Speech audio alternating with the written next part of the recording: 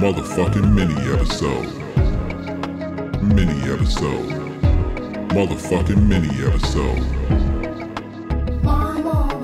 Boop, boop, beep, beep. There it goes. There it goes. Welcome to an all-new episode of My Mama Told Me. The podcast where we dive deep into the pockets of black conspiracy theories. And we work to prove the theories of you, the listeners, who, quite frankly, have been taking a tone in the emails lately. And I'm here to say I don't care for it. You guys are speaking to us like little baby sluts. And I don't, it's not cool, man. It's a lot of like, oh, is this too crazy for you? Yo, you bitch made ass, you niggas scared to address the real thing out there. Listen, I eat dinner in the dark. Nothing's too crazy. I watch him eat dinner in the dark. I'm the craziest there is. And I ain't playing, nigga. Yeah, first of all. Second of all, I do that appreciate was beautifully placed, by the way. How's it going, huh? You nailed that one. I'm getting nice with it. I got to start practicing the harmonica, though. Yeah, no, you got to warm up. And frankly, I still haven't practiced my nunchucks. So I had a feeling we should have failing. we should give it like, okay, because we're going to get to 2,000 subscribers, right? Yeah, we got to put a deadline on my shit so that this I'm gets saying done. We plan it for like a future live show. Oh. And then it's like, come out and you can see the nunchucks and the harmonica. You earned it. Okay. You know what I mean? Yeah, I don't mind bait and switching the listeners a little bit. I don't at all. You think I care about these things? Yeah, fuck them. You know what I mean? Like, fuck them. I don't owe you shit. Yeah, I don't know you except for Mom. Hi, Mommy. Everybody else, though, man. I don't fucking know that. Mom is an assorted family members, my little brother. This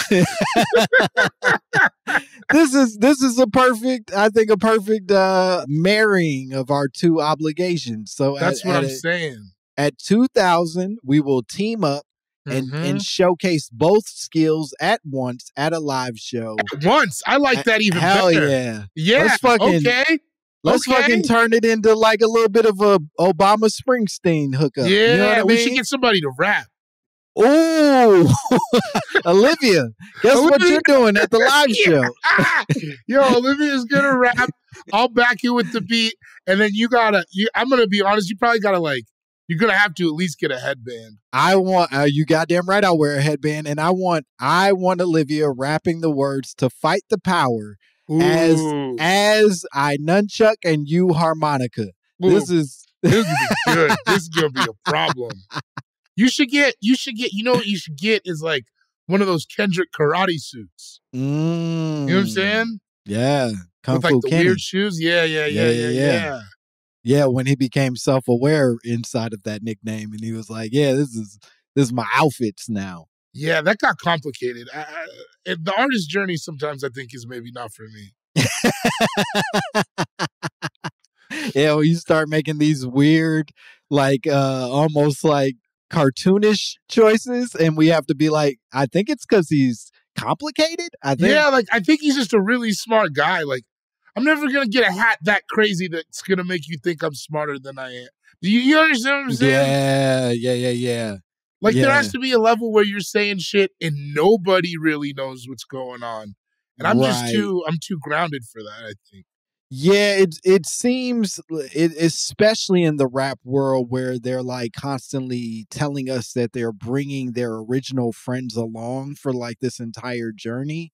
It feels like that's not even possible when you're wearing a karate outfit, bro. Like, the niggas you grew up with are either they are not your friends or they have been long gone and you. No, it's the new people. Yeah. I live in my city. You think I could just like start dressing like a fucking gaucho and that's just gonna go?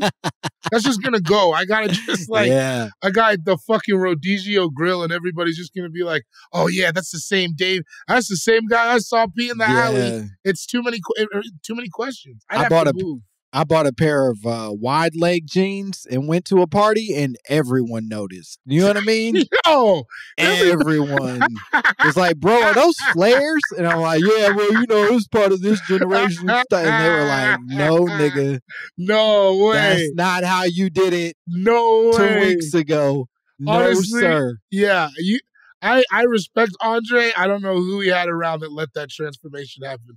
Because my people would not. My mom would be calling me like, if you just started going crazy. No. Yeah. Man. No, you can't get away with none of that. I've been thinking about getting some of those loafers that everybody's wearing, and I'm like, I don't even know if I can. I don't even know. Like I can't wear them to the barber shop. Bro, I wore some loafers to our live show. Cool. I thought it was cool. Thanks, man. But then on the way, we went and got food afterwards. Everybody was hanging out and shit. And then Sydney noticed I had on loafers and roasted me to no end. Someone get this jigaboo away from me. She called me all kinds of she said I was wearing Harlem Renaissance 5s, and so funny though. She was losing her mind making fun of my shoes. She is very funny. But she's a person who can wear experimental new clothing. I don't know. I think you had to start like that. Like, had I been pushing the boundaries of fashion early on, I think it would be allowed now. But I was always like right in the middle. Like, I want to throw back too.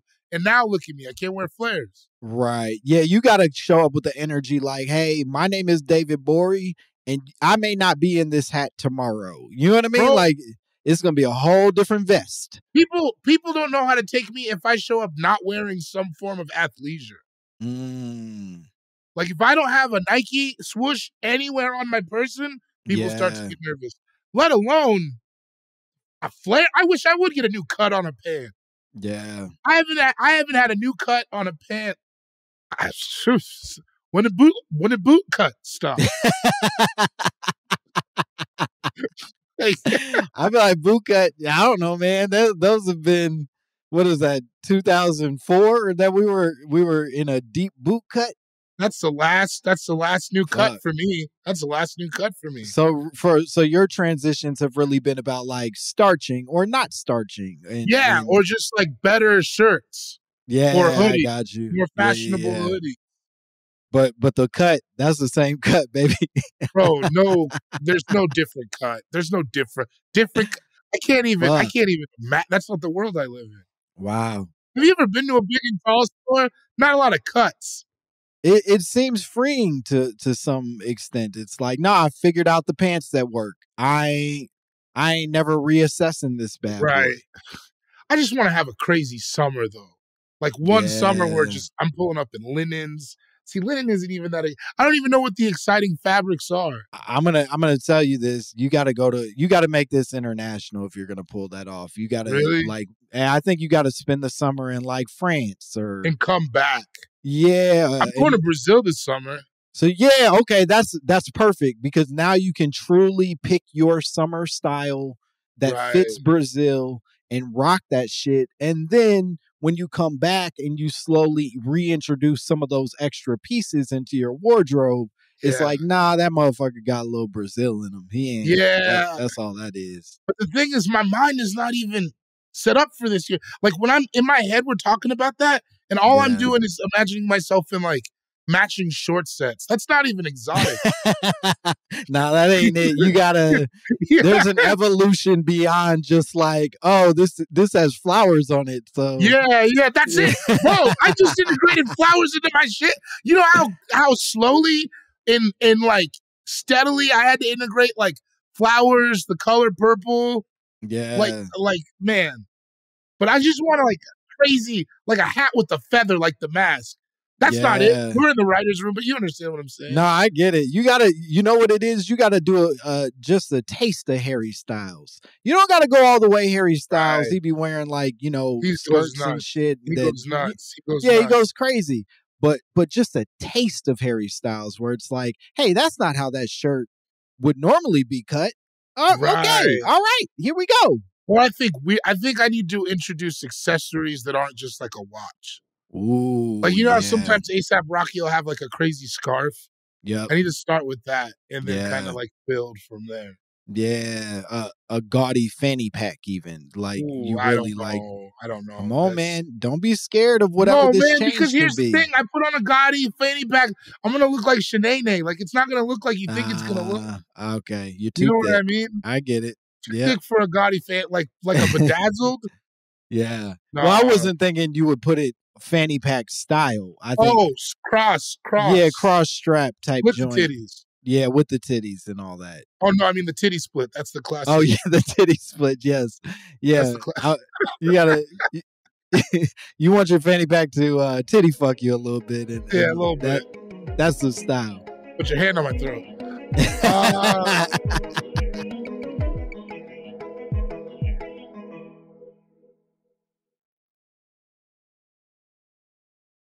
Should we get to the email? We can do it. We can do it. I think this was helpful for probably a lot of people listening who are scared to like break out of like. Yeah, don't be scared of it, y'all. You can do it. Also, we don't give a fuck either way. Just keep listening. I truly don't give a shit. I don't care what you're wearing when you're listening. We just want your ears, baby. I'm assuming most of you listening mostly naked. And baby, he ain't mad at it. Come on, man. How is my man supposed to schmeat his meat with this shit, bro? What the fuck? Fuck, you're killing today. You're fucking killing it today. I felt good when I woke up, man. I felt good when I woke up. You're going crazy. I've been microdosing. It's just a whole thing. We have an email from a person who goes by the name of Nisha. Nisha sent us an email. Thank you, Nisha. And she said, to the host of one of my favorite podcasts, I don't like one of, just say your favorite, Nisha. What the fuck? Yeah, I don't give a shit if you listen to the dollop. Or whatever. I don't know. I don't know. Oh, you love us and the Joe Rogan Experience. Yeah, we get it. Yeah, it's us and my favorite murder. I understand. Sorry, we're not true crime. We're just true. All right, so she says, I was listening to the last episode where y'all were saying that The Matrix wasn't good after the first one. I strongly believe it's because they stole the idea from a black woman and couldn't improve upon it well enough to make sequels. This might be just like obviously true, but I want us to talk about this more. The same woman also created the Terminator and talks about how they related a little bit here. And then she links and she says, best Nisha. Now, it is worth mentioning before we fully jump into this that we have addressed this a little bit on the show, that The Matrix and Terminator were both created by the same black woman. There are countless YouTube videos of this woman explaining her position on the whole thing. And some people have become very adamant that this is true. I will note that in our previous addressing of this, I personally do not believe it to be true for a second. Hater. I'm not buying this shit 1 minute ever, kinda. What? Okay, let's start here. That's racist! What? What is it that makes you feel like this is in no way true? Okay, here's what I'll say. Wait, first of all, who's this black woman? This black woman, I don't know her fucking name because she's nuts. Because she's a goddamn nutty cuckoo crazy. She's out of her fucking mind. I have never memorized her name, but if you look up black woman, okay, Sophia Stewart is her name. Olivia is sending us vital information as we're talking this. Thank God for Olivia, man. Sophia Stewart is this woman's name, and she claims that she originally submitted the script for Terminator, I believe, to a writing competition. That basically there was a magazine that had like an open submission from, I believe, the Wachowskis. Isn't that their name that made The Matrix? But you're saying for Terminator.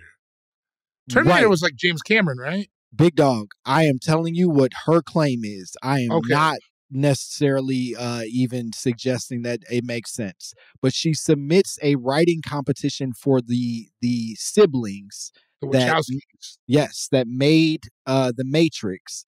And then somehow those scripts were usurped by them to then make Terminator, Terminator 2, and then subsequently The Matrix. But wouldn't they have been like children?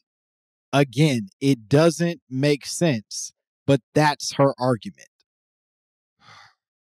Yeah, this isn't good because I thought it was going to be, there's that movie that was just like The Matrix that came out like a year before without the budget. Yeah. Perfect Dark or whatever, where they set all the clock with the, which I thought that movie is pretty great, by the way.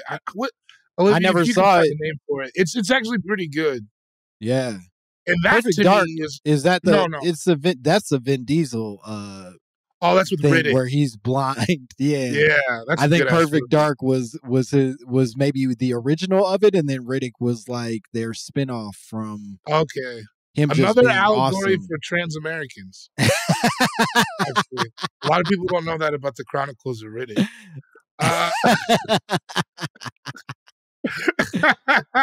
No, that's insane.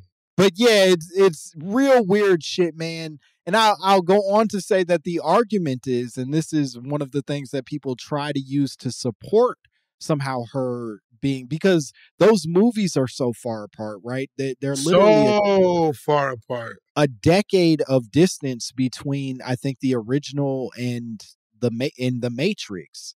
Right. And one of the arguments that she makes is that it's the same universe, that the Matrix is the sort of like, I guess, the future fallout of our world, also living inside of the Skynet takeover. Eventually it turns into the Matrix.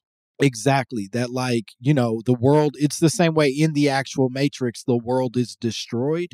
They're saying that those are Terminators walking around on the Earth that are then traveling back. It's all simultaneous, essentially. I mean, here's the thing. I also think, like, sometimes I feel like science fiction, it's like rap. There's just like a lot of genre stuff that is, who knows, whose idea was it for the first mobile suit in anime? You know what I'm saying? Like, I think there's a lot of, like, I don't think the idea of like, we're all living in a simulation, I don't think the Wachowskis invented that as a science fiction theme. No, I don't think so either. And I think that's that. Or the idea of AI becoming sentient and taking over. I don't think the Terminator invented that. And I think she isn't crazy in that she didn't come up with an idea that crossed over to some of these things, right? She might have had a little bit of something on her fingers and then was like, holy shit, that idea is like my idea. But that, come on, bro, that ain't people stealing from you. That's something else. Listen, man, I'm going to tell you something that happened to me this week. This is going to fuck you up. Yeah. I wrote a joke about why I love big titties. And then Drake basically had an interview with Lil Yachty where he said he relates to women with big titties for a far more selfish but similar reason. Yeah. And it's just because great minds, me and Drizzy, You and Drizzy Drake, man. I'm going to keep telling it. I'm going to tell it tonight. I'm going to fuck that. When my Comedy Central half hour came out, I had a joke on it. This was like, obviously, it's sort of in the heart of the Trump era, right? And in the joke, I talk about how white people, they played a trick on us because we all thought we were on the same page, that like they did a little bit of a magic trick where they pretended we were all reasonable. And then this motherfucker popped up and it turned out that we hadn't agreed on at least that. Right. And that same year, Cat Williams came out with a joke that is nearly identical to the phrasing that I have in punchline. Like the punchline is exactly the same, and everything else around it is a different take. But that punchline is so identical that I continue to be accused of stealing a joke that I recorded 9 months before his special even touched the earth. You know what I mean? No, I mean, there's like, and that's the problem with art, though. There's always this cross of like, because original thought, how much everybody's thinking something somebody's thought before. It's just whether you're the first one to synthesize it and put it into that specific medium. Like, because I thought this was going to be like a living single kind of thing. No, it is not a living single thing. Nobody has seen any versions of these transcripts to, you know, that's never cited, at least when it all comes to it, right? Nobody's like, yo, word for word, bar for bar, he stole my whole, you know, it ain't the Soulja Boy shit. It is truly just like, yo, that lady says she wrote it. Why y'all steal that? Yeah, that's too much. And because, I don't know, as far as what I can tell from people who are actually great, lightning doesn't often only strike once.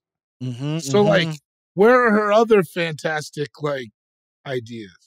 Yeah, apparently they were both The Matrix and Terminator, which is like, okay, well, why'd you submit both then? You know what I mean? Why didn't you just go with one? Yeah, that's not a good, damn, I really wanted this one to be true.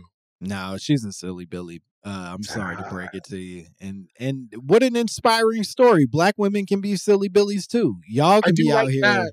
I do like equal opportunity fuckery. I don't feel like people make enough space for that. I really don't. I really don't. Yeah, it's this lady and that lady who pretended to know sign language for that that murder case.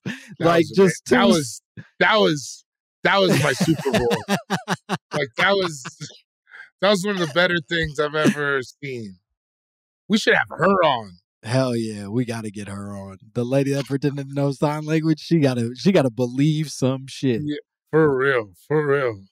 All right, we got to wrap this up. Boy, can you tell the people where they can find you and what cool shit you have going on? Watch me on Instagram at CoolGuyJokes87. I've been getting your DMs. I'm gonna fix the website. I got to update the website. I understand. So official David Bory will get updated, then all the dates and stuff will be on there. But March 23rd through 25th, come see me at Rooster Teeth Feathers in Sunnyvale, California. April 7th, 8th, and 9th, come see me at the Before You Die Fest in Anchorage, Alaska. And other than that, watch Royal Crackers premiering on HBO Max April 3rd. And, listen to My Mama Told Me every week with your clothes off. With your clothes off. And you can follow me at Langston Kerman, as always. And if you want to send us drops, your own conspiracy theories, if you want to suggest that Black women created Pretty Woman, go ahead and send those theories to mymommapod@gmail.com. We would love to hear from you. Follow the YouTube page. Go watch the videos. Accuse us of being coons and sellouts. Oh, we love you. All right. Bye, bitch. And I ain't playing, nigga. Motherfucking mini episode. Motherfucking mini episode. Motherfucking mini episode. Motherfucking mini episode.